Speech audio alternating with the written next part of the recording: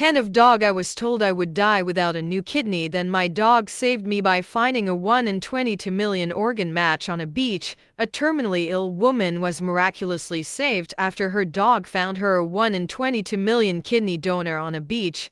Lucy Humphrey, 44, had kidney failure after suffering from lupus for 15 years and was told she would die without a new one. But when Lucy and partner Senate Owen, 49, went to the beach for a day out, her Doberman Indy kept approaching a stranger. Incredibly, Indy had managed to sniff out kind-hearted Katie James, 40, who had recently gone on the donor list and against all odds was a perfect match for Lucy.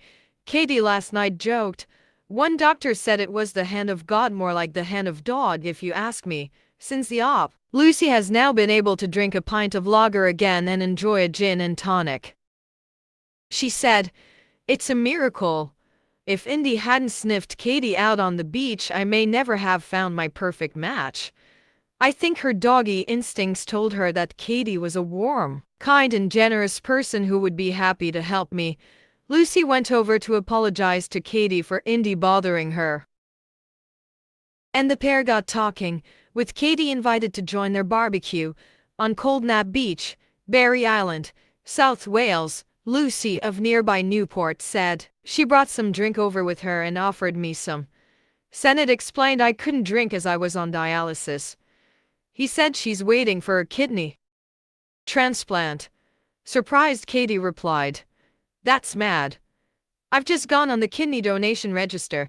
Senate asked her who she was donating to, and Katie explained, "Anyone who wants it." They swapped numbers and contacted a donor coordinator the next day. Lucy said she had all the tests and it turned out she was a perfect match.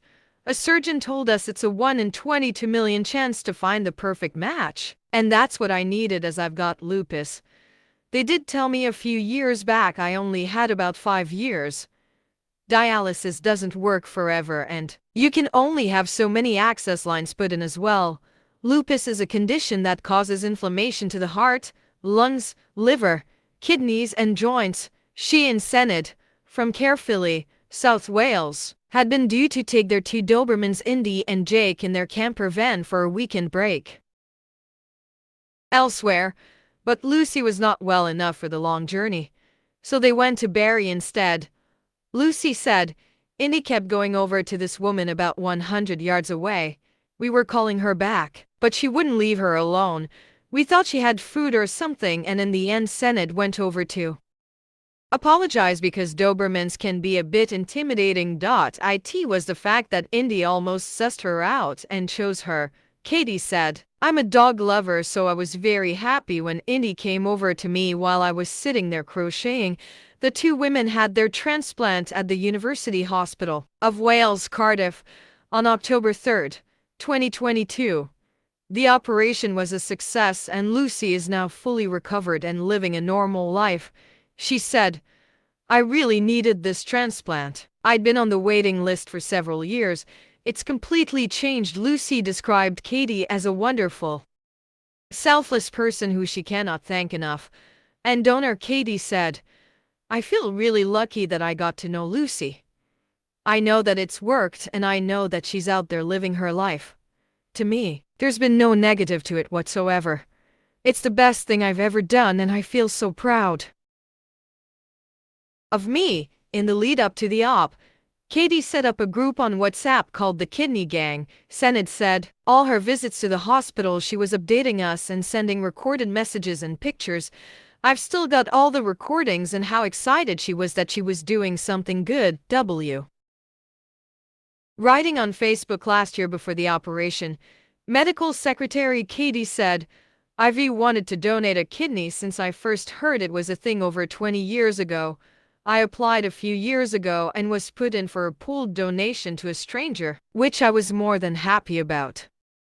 Then COVID ruined everyone's lives and the process almost came to a halt. During this time, I was camping one weekend and got chatting to a fella who told me that he and his partner could only camp for one night at a time because his partner was on dialysis.